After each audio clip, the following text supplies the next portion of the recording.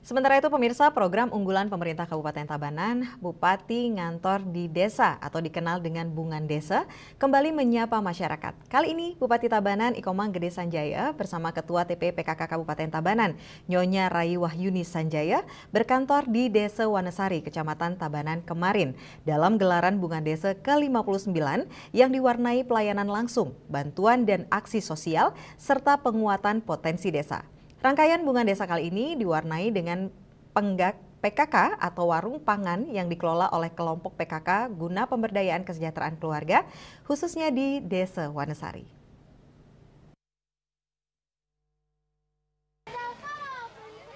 Kegiatan diawali dengan penyerahan buku di perpustakaan keliling oleh Nyonya Rai Wahyuni yang juga selaku Bunda Literasi, disambung kunjungan ke penggak PKK yang diikuti 125 lansia sekecamatan Tabanan.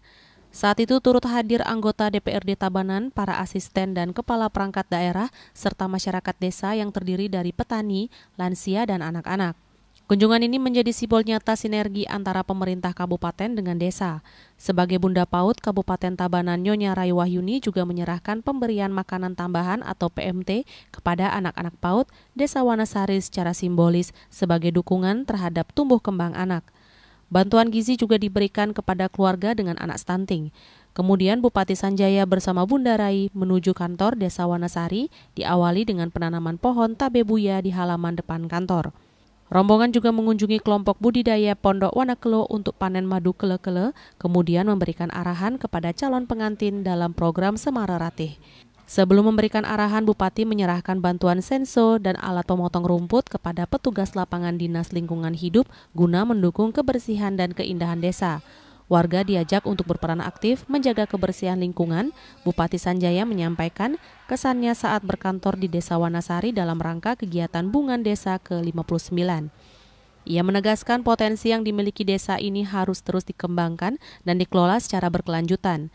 Ia menambahkan kunjungannya ke Desa Wanesari tiada lain bertujuan untuk menyinergikan program kabupaten dengan program desa.